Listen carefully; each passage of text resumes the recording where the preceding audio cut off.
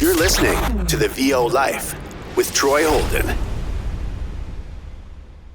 Bam, bam, bam! I'm an outlaw, a true American cowgirl, What the Honey?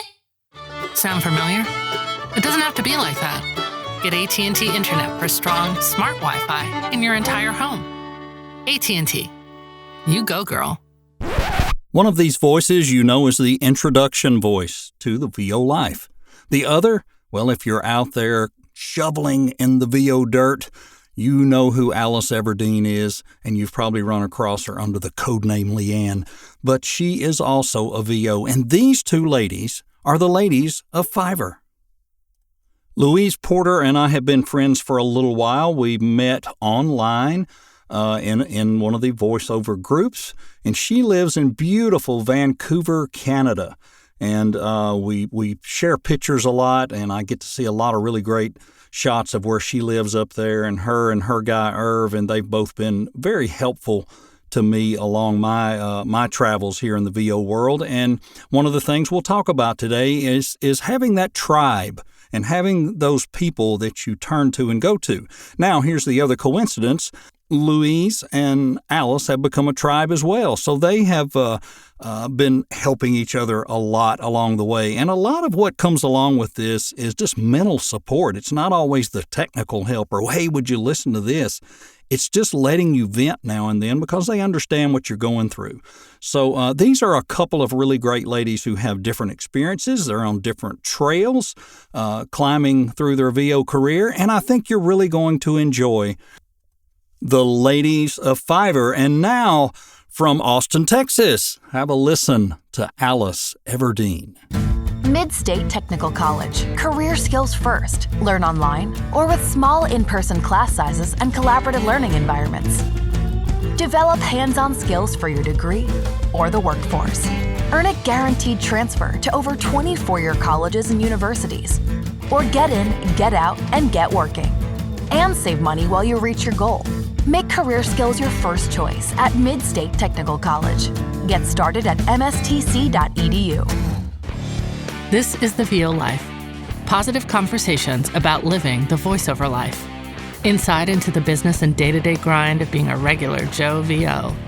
From the humble beginnings to the finally hitting a new level to getting that first big client. It's all about that VO life. Here's your host, Troy Holden.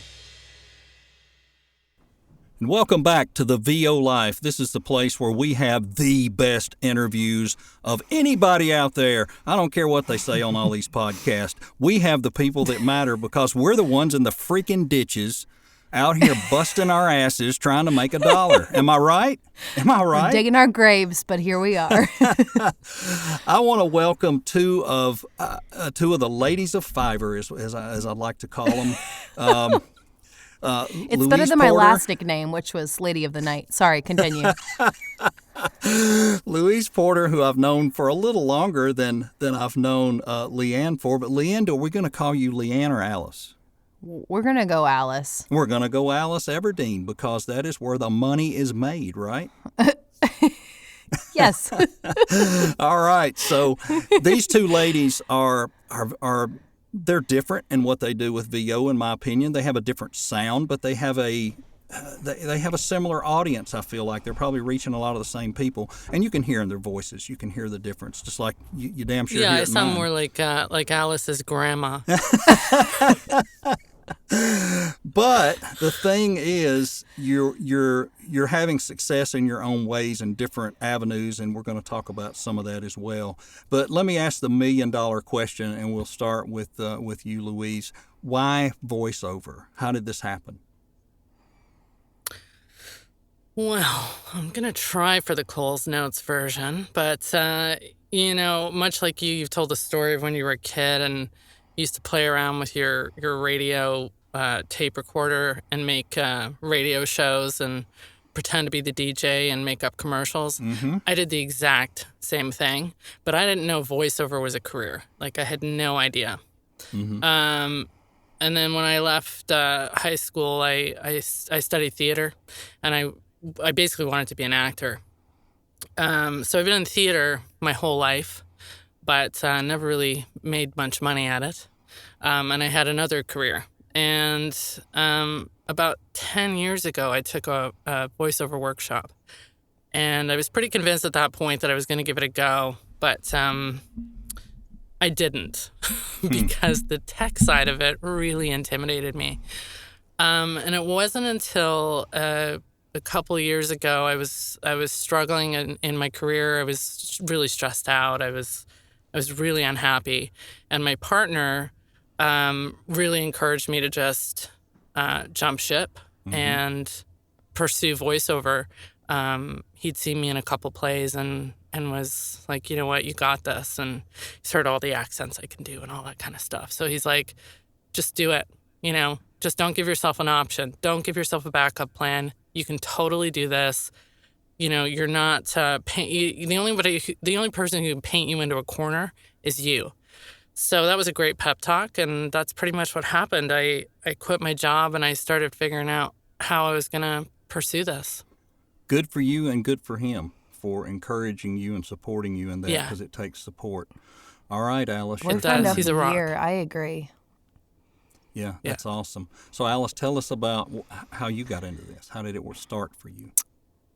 Well, it was kind of the same as you guys, where I was listening to the radio and I was the idiot in the car mocking everyone because I thought it was so funny. And then, I worked in media for many years. I worked in TV, so I got to know like what sounded good and didn't. And then I moved to an advertising agency, and as a joke one day at a meeting, I started reading one of the ads, and everyone just stopped and was like, "That was really good." And I was like, "What?" So I started doing some of the local ads for them. And then at one point, my boyfriend and I decided working is lame and having normal jobs is lame. Let's travel full time. And so we decided to buy a bus to convert to travel. But at the time, pre-COVID, the good old days, my company was completely against being remote. So I was like, you know what? I have a little bit of experience in voiceover. It was fun. I'll just make a Fiverr profile and, see if I can make $100 extra a month just to, pay for gas. And then 3 or 4 months later, I quit my full-time job and was just doing voiceover work. Cool. Love it. Good stories from both. And I like the fact that I think that's what the passion for this is huge. For people that are doing well at it. And I hear that in both your stories. There's a passion to do this, whether it's through the acting side or the creative side, and I was always one of those Absolutely. kids. My imagination has always just been off the freaking hook. I still, at my age, drive around in my car talking to myself all the time. And I think that's what we do. Totally. We're always thinking and playing out things in our head. How will this sound if I'm doing this? Mm-hmm. So I know you guys are on different platforms, multiple platforms. What is the like and not like about those platforms? We'll start with you, Alice. Oh, okay. Fiverr's beautiful because I don't have to do anything. I don't have to do a damn thing. Like, people complain about they take 20%, which is absolutely the truth. But for doing all of my marketing for me, I will take it. Mm-hmm. That's probably the biggest negative. Upwork, I do get work on. I just find their website so difficult to use. It's not intuitive for me. I feel like a senior citizen, like learning how to use a smartphone for the first time, where I'm like holding the screen like 15 feet back from my face, squinting, and I'm like, what do I click on? That's me on Upwork. And then I'm also on voices.com, and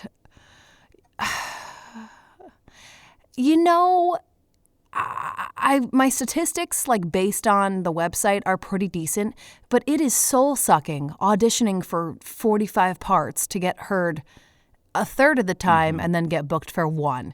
So do they pay better? Absolutely. It's fun auditioning. You get to, try a bunch of different characters and roles and companies, but definitely soul-sucking in a lot of ways. Mm-hmm.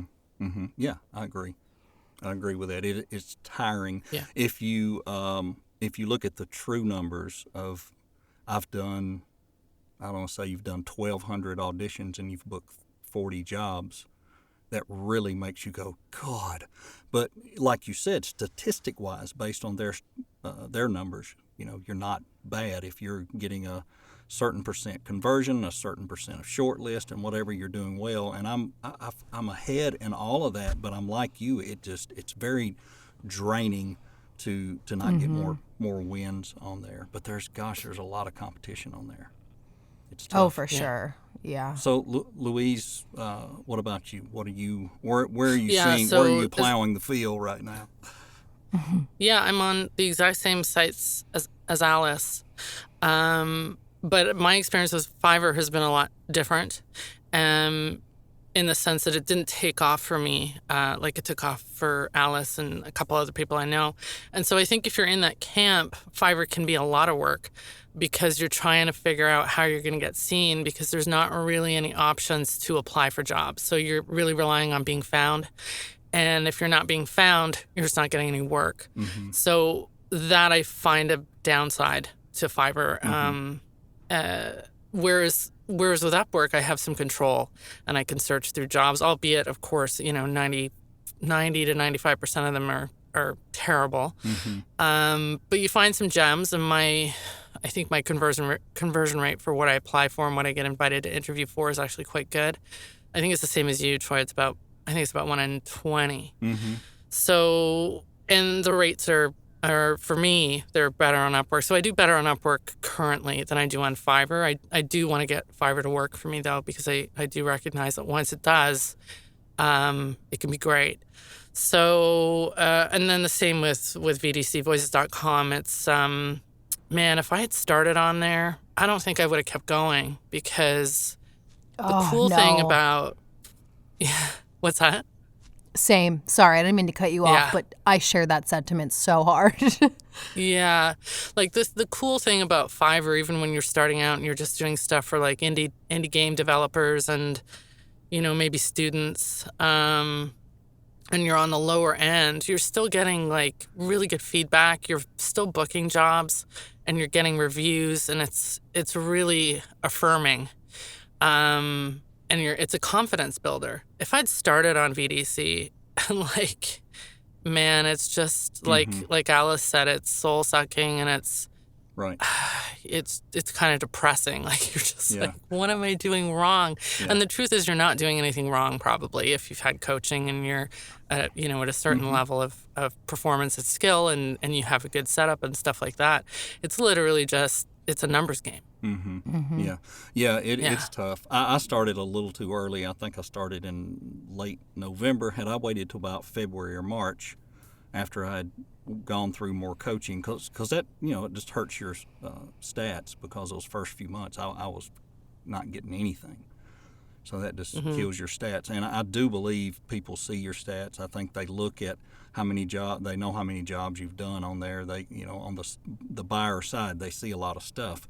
And the thing that I get most disappointed on there is my demos, and the listens to my demos don't go up a lot every week, maybe 3 or 4 clicks a week. And that bothers me probably more than not winning jobs on there, because I thought people they don't even find you on there and listen to you. But what I'm forgetting is it's not Fiverr. They're not on there looking for somebody.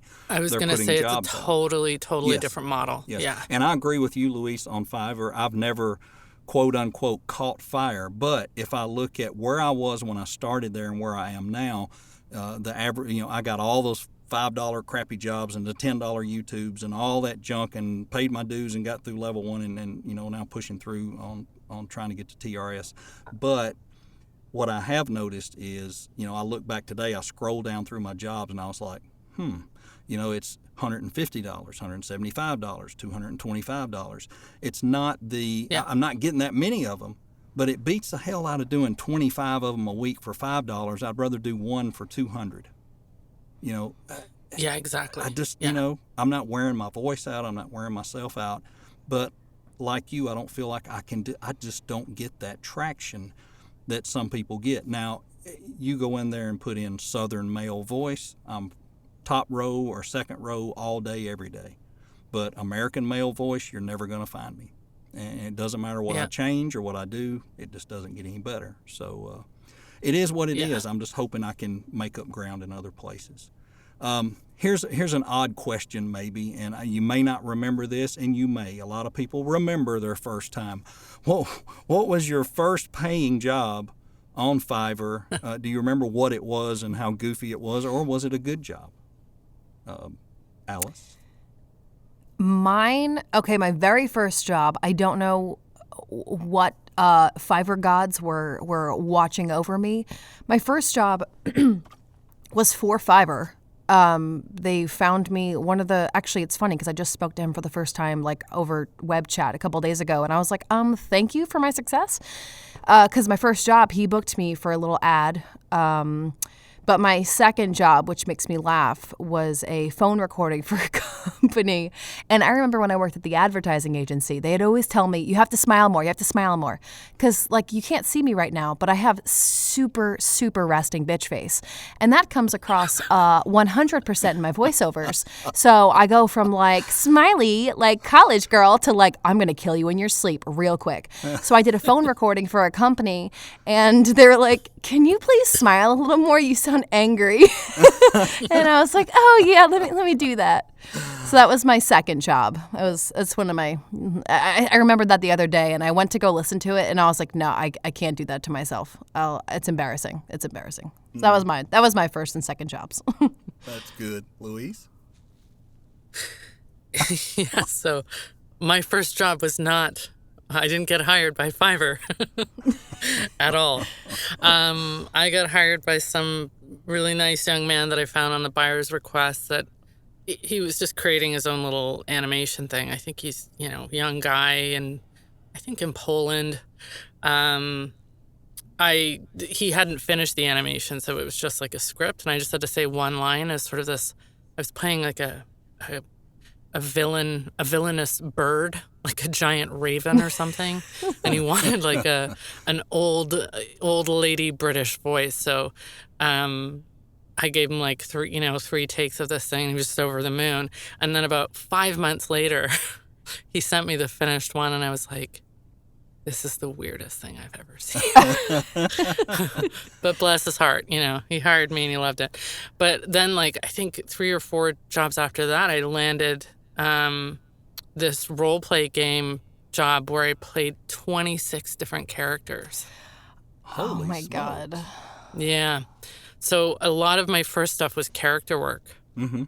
I hadn't really refined my commercial read at that point, but I did have a lot of skill in character and accents. So neat. So it was kind of cool. Neat. Yeah. Yeah, Nice. I know I've told you, Louise, but the first job I got on Fiverr, I had to talk about the odor of urine in an elevator. Somebody was peeing in an elevator. It was a great job, just how bad it, and literally just cursing left and right about how bad it smelled and all this stuff. And I thought, is this really what this is about? But then my first job on Upwork was a little 15-second YouTube pre-roll ad for a real estate company, and it had a drone flying over a neighborhood, and you're just like, hurry up and get more money for your house and blah, blah, blah, blah. And I thought, yeah, this is what I want to do. This is better. So, yeah, a lot of fun. Yeah, Upwork's pretty cool. Like my first job on Upwork, because I joined Upwork after Fiverr. It took me a bit to get through the gatekeepers on Upwork. And one of my first jobs, I remember that very well. The gatekeepers. I think it was like my second or third job, and it was for Lime Electric for their mopeds. Hell yeah. And it was like an actual commercial. I was like, wow. Yeah. Really nice. And then they hired me subsequently to be the voice of their in-app tutorial for those same mopeds. That's neat. I thought you said inept, not in-app. And I was like, wow, that was really straightforward, Louise.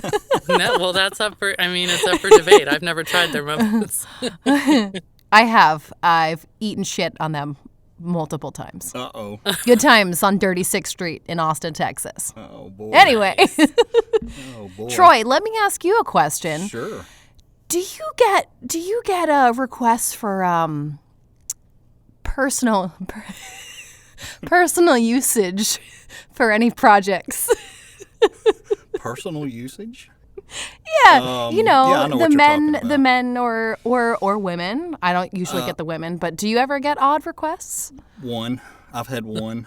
It was very What odd. was it? I can't remember what We're going the into the script- depths. I can't remember what the script was. They actually sent me the script, and when I saw it, I said, no, I'm sorry, I can't do that. It was a fetish type thing, and it's just like, I really like your southern deep baritone voice, and I'd like you to say these things. And I was like, I'm sorry, I can't help you. If it hadn't been too far that way, I probably would have done it, but it was really bad. I mean, I'm sorry. I'm not. I just couldn't fake it for her. That's all I can tell you. I couldn't do it. But yeah, guys I get guess it too. men We don't get get a it lot. as much. Yeah. That's what I was gonna say, because I've gotten quite a few, and it's gone down since my rates have gotten higher. But I'm sure it's probably a little bit less for men, I would think. Yeah, and I saw a string that was being discussed on, maybe it was a Facebook group or somewhere yesterday, and the guys were saying, yeah, we get them too, just not as much, but yeah, we definitely do. Interesting. Yeah, for sure.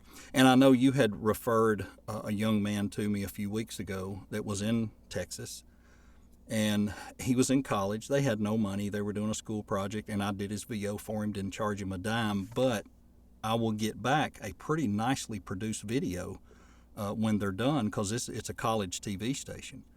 And they were putting all that together, so I appreciate that, and that will probably be something that may end up, to use for a sample for somebody. You never know. I am finding, and I put the word Texas in some of my descriptions and some of my, I don't know, whatever on Fiverr, and I'm starting to get a lot more inquiries and stuff from Texas, awesome. Oklahoma, whatever. So it's just it's odd. It just takes one word to help you out a little, but yep.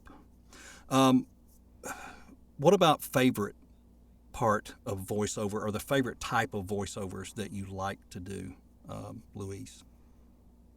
What's your favorite? I mean, what, as far as genre, niche, whatever, I mean, we do everything. But which one, when it comes in and hits the inbox, you go, oh yeah, baby? Character gigs, for sure. Yep. When I get a really good script in front of me that's got like a good story and a really well fleshed out character. I mean, even if it's brief and it's just I get to kind of use my imagination and just do whatever I want with the character, that stuff's really fun for me, because, I haven't been on stage obviously since the start of COVID, so I super miss it. So when I get to do that in the booth, it's like, yes, you know. But to be honest, I love it all. Like, I don't do any IVR stuff. I had a gig up for it, and it just never went anywhere. I would think that would be really boring for me, but I like it all. I do quite a bit of e-learning, and I tend to be able to kind of personalize it and not have it sound super dry and corporate. So people seem to really like me for that as well. And I do feel like there is a creative aspect to that too. And obviously with commercial reads as well. It's not just character where you get to be creative, which is sort of a misconception, I think. So, and audiobooks, I love doing audiobooks. They're a slog. But I'm now, I'm charging industry rates. So like I do audiobooks through Fiverr and Upwork at industry standard rates. And those are, it's on the lower end in terms of pay for voiceover, but it's really nice to immerse yourself in a story, even if it's nonfiction. Right. So yeah, I kind of love it all. Cool. All right, Alice, your turn. I think if I did audiobooks, I would just gently weep into my scripts. I don't like anything longer than like 10 minutes. I can't. I get like sweaty. I'm tired. I need a nap. I would say my bread and butter is probably like collegey, young, bubbly, conversational. But I really like the sassy, comedic ones where I can have more personality. Maybe that's where the resting bitch face comes in. Because then I can use it to my full advantage. But no, I think those are my favorite. The ones where I can actually have personality and be me and that kind of stuff. Yeah. What about you, Troy? I'm kind of the same way, because to me, voiceover is hopefully being yourself and being able to be yourself. So me, typically, I like to cut up. I like to have a big time. I like to laugh. So when I get the stuff that's a little snarky and smart-assy, I like it. I really enjoy that stuff. I think before you joined us, Louise, I was telling Alice I had had not gotten anything from this agency the first 2 weeks, and then this week I've gotten stuff. And one I got today was one line, and it said something about, are you going to stand there and keep staring at the refrigerator? Something like that. And it said you have to, be agitated, slightly agitated. And so I started off slightly agitated, and I did 4 takes, and by the time I got to the last one, it sounded like I was going to bust a blood vessel. And that's, so I'll give you 4 extremes of what you want, but I love doing that. But the crazy thing of that, whoever wins that job, $750 for that sentence. Wow. That is awesome. So that's where when people say, well, the agencies, who needs an agent? I'm very busy over here. Well, if it pays that. I do. My bills do. Yeah. That's me. I'm there. Yeah. I'd love to just, and it was the same way when I got on Voices. I thought, God, if I could just get 1 job a week or 2 jobs a week. And then when you finally do get 1 or 2 a week, and of course, crazily, mine are all freaking video trailers. It's 80% of what I get on there. Yeah. Huh. Yeah. You just got that voice. But it's not the voice you'd think. Yeah. It's really funny. I've heard it. It's great. It's hilarious. I do get some for a Warpath game that it's a old gruff, get your ass in here and you need to get a military strike on this place here. But it's normally this nerdy, nasally, high-pitched thing that I do. And wait, Troy, you can't just drop that in here like it's just casual and then not do it. Oh God. Let's see. Where's the file? I can't picture this voice coming out of you. Okay. So this needs to be broadcasted to the world. It's amazing. It's really I'm funny. so excited. I don't have something to read, so I'm just gonna make something up. But if you're coming in here to Warpath, you're coming in here for a minute, and what you need to do is hurry up and grab your guns, because we're gonna get all the money and we're gonna run and hide it in a cave. And if you want some, you better come on right now. It's that. Bravo. Bravo, my friend. It's that crap. I was not expecting that. and I was auditioning, and it said, do it in be an excited, passionate announcer. So you know what I'm doing? Well, an announcer voice and da-da-da-da-da. And I thought, I'm never getting these. So one day I said, you know what? I'm going to go way left field, as far as I can go. And I dropped that in there, and bang, shortlisted. I said, huh. And the next day, awarded the job. And then I started using that voice in 70% of the auditions for them. And I don't always get them, but I'll get 2 to 3 a week. And they don't pay That's a ton. really good lesson in that's a great lesson in risk taking, I think. Right. Yeah. With auditions. Right. Yeah. Yeah, for sure. I had a coach say I mean, something you're not like going that to do that similar. for a Crest commercial, but Yeah. What for character stuff. What my coach says is when you think you've gone probably too far, go a little bit further. Go a little bit further. And always give, on stuff like that, give 3 takes and give the one you think they want to hear, and then give the one that you're interpreting, and then give a third one that is just out the window. And many, many times that third one I've gotten booked. My coach said the same thing. He said, do a couple takes, and then the last one be a wild card take, and just do it however you want.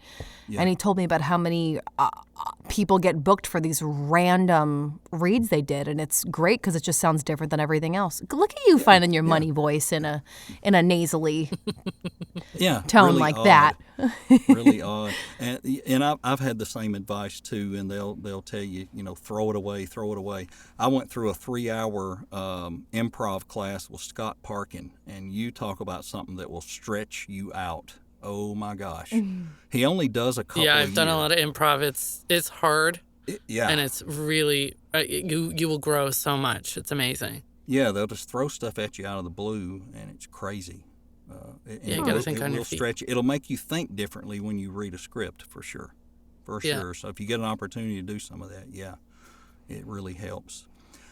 So you're both in this full time. So I don't get to ask that famous question we get to ask a lot of people is, well, what's your plan? How, are you going to try to go full time? So you're really in this. So run me through a day in the life, or whether it's here was Dane's thing. Dane works about 4 hours a day. He was very adamant about that. He said there's some days he goes a little later, but he says it's normally what he calls a solid 4-hour workday. So how does that work for you guys, Alice? I apparently took a page from the Book of Dane because for the most part, the reason I got into voiceover was because I had this radical life shift mentally, physically, emotionally, whatever. And I just kind of realized, I just wasn't happy working full-time. And I feel like that's such a, millennial thing to say. It's I'm not working a full-time job. But I really am that's just not me as a person. And so I kind of did the same thing. I'm working from about noon to 4. I might answer emails before that and stuff like that, but my workday is generally pretty short. I wake up, put all my scripts in a document, harass Louise a couple times in the morning, and then I'll go record, and then I edit, and I'm usually done by 4 or 5, I would say. Mm-hmm. But that's, and honestly, like you had mentioned, I guess goals for voiceover.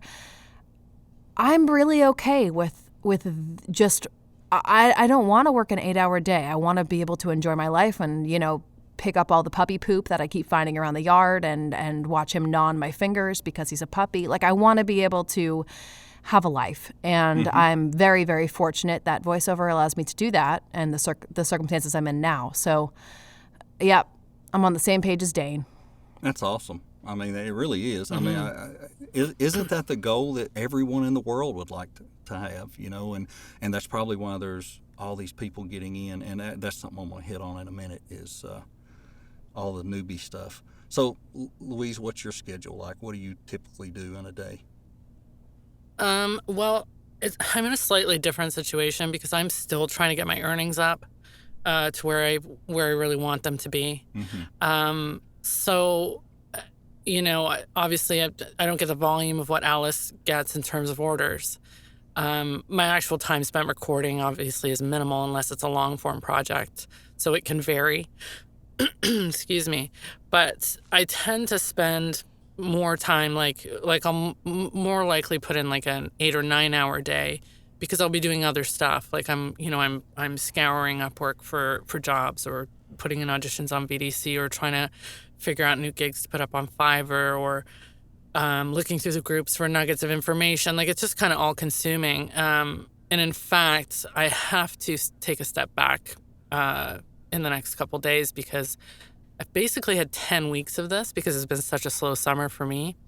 I know some people are in the same boat, but I have to take a step back because it's been so slow, I have the opposite reaction where I spend more time on it because I'm trying to, drum up business. But mm-hmm. a good friend of mine who's also a voiceover artist gave me a bit of a pep talk the other day and said, you're going to burn yourself out. And it's kind of one of those things where he was like, I guarantee if you step away from this, start taking some time for yourself over the next week, all of a sudden you'll be refreshed and things will start happening. So that's kind of where I'm at with it. And I think the cool thing is as a freelancer, you do actually have that freedom and you can take time off whenever you want. If you want to just say, you know what, Friday at noon, I'm done for the day, Mm-hmm. Right. So yeah, I don't know if that totally answers your question because it's kind of all over the place for me. I don't really put it down at the moment. That's perfect. I don't walk away from it right now. Yeah, it's perfect because that's the difference. One of the things that I try to accomplish on this podcast is I want people to hear what their peers are doing. Right. That's why we had, like Brad on. That's why we had Trevor. Of course, Trevor being a person who had jumped in full time and now he's offering this service and that service and doing a lot of different things. I get that. I want people to hear the differences in the avenues. So let me circle back to, we all have been in different groups and pages and whatever as we've grown on these journeys and we're trying to, get our business going. Have you ever seen so many people jumping into this and the number of people jumping in and what, how does that affect you or what do you think of it? We're on there trying to help them and give advice, but sometimes you feel like you're answering the same 15 questions every day, every week, whatever. Does there come a point where you go, look, I'm losing my energy doing this. I shouldn't be doing this. I should be focusing on this. And I noticed both of you are helpful to people on there, and I try to do the same. So do we, and I'm not being, gosh, I hope nobody listening will say, well, he's just being a jerk. No, I'm not. I'm just saying it gets to a point because you have to decide in that 9-hour day, Louise, how much of that time is spent on these pages and sites and doing things. And I pulled the plug on about 7 groups this week. I said, I can't do this anymore. It's taking up too much time. So just opinions on that, on the influx of people and what you're seeing, and what kind of advice can we give them as an overall, Alice? I think the only thing that bothers me about when new people try to get information is when they don't do any basic research before asking questions. This was especially the case. I had that article that came out I was featured in on Business Insider, and after that I probably got 40 messages, emails, LinkedIn, and they all said the same thing. How do I make money on Fiverr? How do I get involved in voiceover? And that's the only part that bothers me is when people do no research at all. Like I'm happy if you want to ask me specific questions, stuff like that. I'm happy to answer questions. And, everyone was in the same place. And there seems to be an air of superiority in some of the Facebook groups for new people. And people are just really rude. And we all started there. We're all at the beginning at some point, and we all had questions, like the same questions, whatever. My only recommendation is just look up the basics of getting involved. Like, look up the path for most people. You buy equipment, get coaching, get a demo when you're ready and start applying, or, look up the different types of soundproofing options, stuff like that. Like, get the basics out of the way, and I'm happy to answer any questions you have. But as you mentioned before, there is definitely like helper burnout. I'm really giving in terms of knowledge, and there's times where I've been like, okay, you spent a half hour today answering questions on Facebook. Your neck hurts, your shoulder hurts, you haven't eaten in 6 days. Maybe you should get off the computer and go take care of yourself. So there definitely needs to be a balance, because I find myself helping people a lot. But I know, I don't know. I guess especially because I only started my voiceover stuff about 1.5 years ago. I'm like extra like trying to help people, but I don't know. Louise? Yeah, I mean, I would I would echo what Alice said, that it's really important to do your own, due diligence on this. Like, you don't just breeze into a group and be like, where do I find jobs? Like, it's really arrogant, I think, to expect that people would just be like, hand it to you. We've all, like Alice said, we all started somewhere. And like, I know for me, I did a ton of research before I even, jumped in and got started, on the first site. And coaching and all that stuff too came before that. And I garnered some stuff by just sitting and watching in those in the Facebook groups, and just being part of the community, and, asking a question here or there. If it's something would come up in a thread, I'd ask for like clarification. But these sort of like broad questions it's just, it's a waste of everyone's time.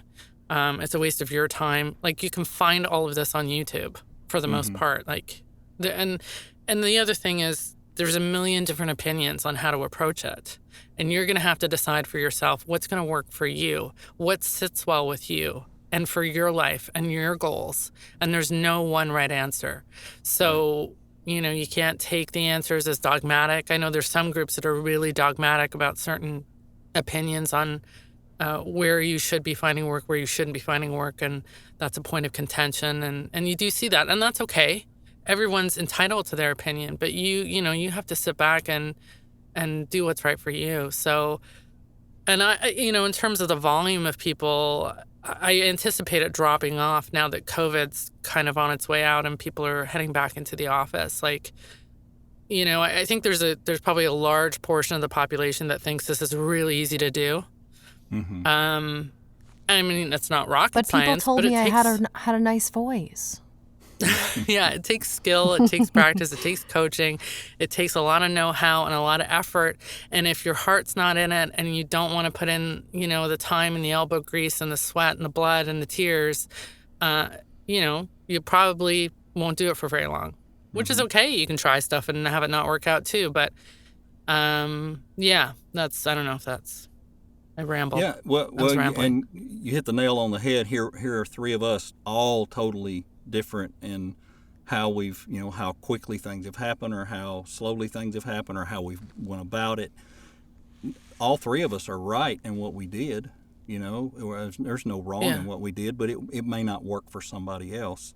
And I'm, that's why I have the VO Life page. I'm happy to help people, but it's also there to where other people can help them. I don't restrict who throws out a coach's name. I don't care. Bring up coach's name. If they've coached you and it worked for you, then it might work for them. I'll tell you who coached me and who worked for me, who I thought did better for me and whatever, and you can take that and do with it what you will.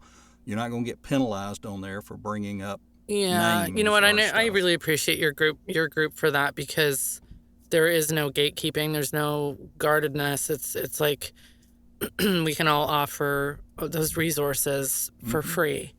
However, I will say it's not a knock on anybody who is trying to bolster their coaching services or whatever services they may have. That makes sense for their business model. Yeah. But, the cool thing about your group is it's not an integral part of your business. I mean, obviously there's some self-promotion involved there, but just because it's you, but that's sort of as far as it goes, which I think is really awesome.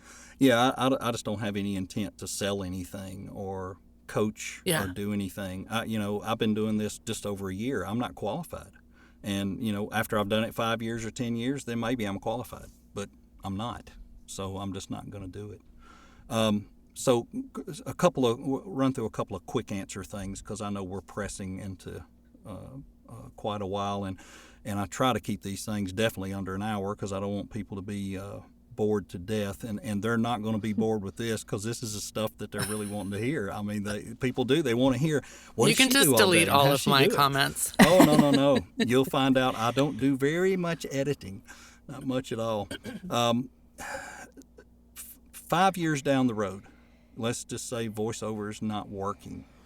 What's do you have a backup plan, either of you, or have you thought about that? What if, let me throw the curves in there, because you're hearing right now, especially here in Tennessee, COVID cases are up 360%. And it's bad in Texas, it's bad in Florida, and here it's coming back. We got a second wave. And, who knows if things get bad. We don't know. This country's nuts right now. So do you have a backup plan, or you say, if this doesn't work, or no, I'm going to stick with this, I'm going to give it all I got, I'm hanging with it? Louise? Yeah, so as I kind of said before, I think one of the problems that I kind of had my entire life with not really fully pursuing acting was that I constantly had a backup plan. And I heard somebody say once, it was something I was watching that was somewhat motivational, and I think it was a writer or somebody, and he said, if you make a plan B, it'll become your plan A. And I've never forgotten that. Because I think, this is what I've always wanted to do. Why would I give myself an out? Right. The out should have been 15 years ago in a job that not that it was terrible, but it wasn't what I wanted to do. Like, not really, truly. So there is no option for me to fail. And I don't believe I will fail. And it's not even on my radar, to be honest. That's awesome. That's the attitude. I have a lot of faith in myself, even though it's not, I'm not where I want to be right now. But I also have a lot of patience and a lot of tenacity. And I think you need that in business. You need to stick with it. And the people who fail are the people who give up. Right. And you're on an upward trend, and that's what I keep talking about, even on my own, maybe month to month. Maybe I didn't make as much this month as last month. But if I did, a certain number of jobs and it was more money per job, that is an upward trend in one way. So I'm trying to look, am I climbing and doing what I need to do? So I can pretty well tell before I ask Alice what her answer is going to be, but Let's see what she says. Wait, now I need to know what you're thinking. Okay, I'll talk first. Okay. My answer is definitely the like dirty hippie about to live on a bus route. I don't know. If voiceover dried up, I would just find something else to do. That's the really lame answer. I think like if I could have a dream job, I would travel the country doing weird things and documenting it and making YouTube videos. Like if I had a beekeeper in Idaho, be like, come over, I'm going to send you into the bees. We can document it. I would be like, yes. And then the next week, somebody's like, I have a kimono dragon and I need you to give him a pedicure. That would be my dream job, documenting all the weird things I could do around the country. Yeah, but I got nothing. But I need to know what you were thinking because. Wait, Alice, can I interrupt for a sec? I was going to say is that Alice could also maybe just become an Emmy-winning writer. Oh, yeah? Well, she is an Emmy-winning writer. Yeah. No, that's the painful truth that Louise just reminded me of. I was only nominated. No, I was only nominated. I didn't win it. So maybe one day I could be an Emmy-winning. Come on. Yeah, but I didn't win it though. So maybe that could be my 5-year plan. Maybe actually winning it this time. Just winning it. You know what? I think being nominated is still amazing. So that is whatever. Amazing. Thank you. Thank you. Yeah, that is. Now, what my thought was, whatever it is, it'll be freelancing and living freely. You know, that was what I thought. You're damn right, Troy. Yep. So it comes across good. Even with the bitch face, it comes across great. I got you. I mean, I will add that, of course, it is my dream to like own a bunch of horses and just take people on horseback rides through like the countryside. Or train dogs for like as guide dogs, but that doesn't pay. That's a volunteer thing. So, but I have dreams, guys. I have other interests. So as your voiceover thing gets, you get steadier with your voiceover, and you can work those 4-hour days. You can go do that other thing for 4 hours. Yes, exactly. That's what it's all about, and that's what I'm trying to get to. I've got a dozen horses here, and I would like to do something with them. Yeah. And I'd like to do something with them to help people or have, therapy, have some round pens out there and let them come and be in the round pen with the horse and just rub on them and talk to them. Oh, my God. Troy, I'm going to pay you a visit. Yes. Yeah, come on by. Oh, we're going to visit, Alice. We are going. Yep. Let's take a field trip. Come on down. I'll fly down to your bus and then we can drive down together. There you go. Yes. And they're mostly rideable, so we'll throw some. Mostly, I'll pick the one that just throws me off and kicks me in the face. I got one here that broke my wife's hip several years ago, and we know who not to get on. Horses are big and scary. Thank you. Yeah. They can be for sure. So let's give everybody a last piece of advice or a comment or whatever you want it to be, your parting comment as we close up the podcast. And before we do that, let me thank you both. I know we talked about this for a few weeks, and I've really, of course, I've talked to Louise a lot more, but it was really fun to get to know you better, Alice. I've enjoyed it, getting to hear about your free living, your free spirited, and all the fun stuff, and hearing about your career path, and of course we've watched you, we see you on Fiverr, and we hear you in the groups, and we know how you're doing, and it's fantastic to see somebody that just takes off like that. And we'll just tell you, we're jealous as hell. We really are. And can't help it, we just are. But drop something out there, whether it's a comment, advice, whatever you'd like to say is your parting shot as we leave this episode. Louise first, please. My parting comment is something that we haven't touched on, which is finding your tribe. So I have very sort of naturally and organically made some absolutely incredible friendships throughout my journey. Troy, I think, was, you were one of the first people that I think he reached out to me. And we just hit it off. Well, we had a common enemy. It's been like an incredible. What's that? We had a common enemy. It's been an incredible source of support. And then, of course, our mutual friend, Brad Grahowski, who's just amazing and a great voiceover artist as well. And then becoming friends with Leanne has been, we call each other a ride or die VO friend. It's just been fantastic. Like, I feel like I've made more solid connections and friendships through this journey than I ever have in anything else in my life. So I'm getting a little emotional. But that's what I would say. So it's like, cute. find your tribe and don't force things. Like, you will naturally connect with certain people, and you'll find it. Just be open and, be helpful and, optimistic, and it'll happen. Awesome. That was Love it. adorable. A+. All right. I give it a 10. Alice, your turn. Mine is okay. I'm going to preface this by saying I know I am in a place of privilege on Fiverr, but stop trying to figure out that algorithm. Stop overthinking it. Make tweaks. Do what you can. Make your profile the best you can. Get it critiqued. Get it looked at.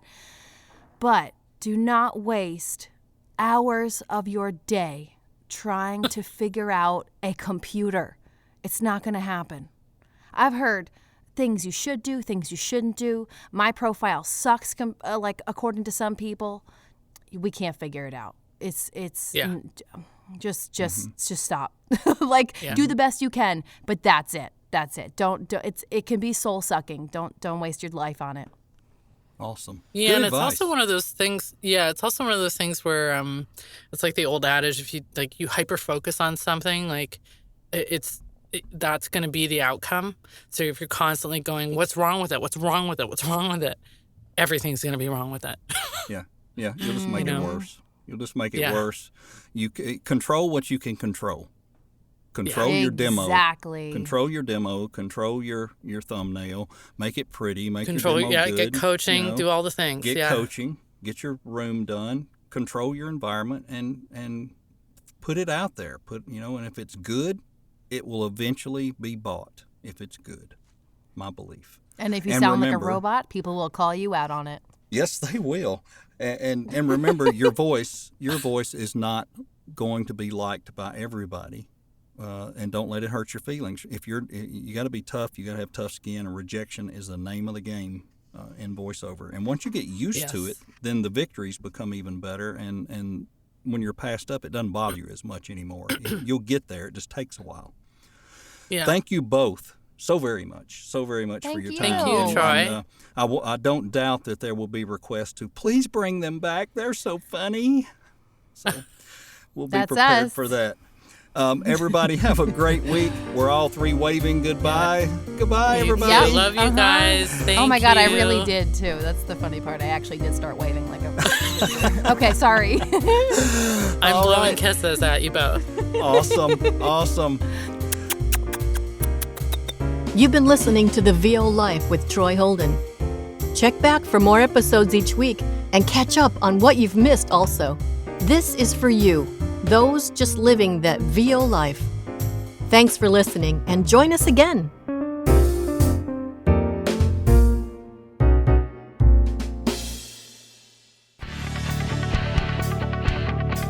The VO Life intro is by Louise Porter. The outro by Liz Moya. You can pick us up on Spotify, Amazon Music, Apple, and many other podcast carriers. Need to send me an email? Do it today. Troy@TroyHoldenVoices.com. Thanks for listening.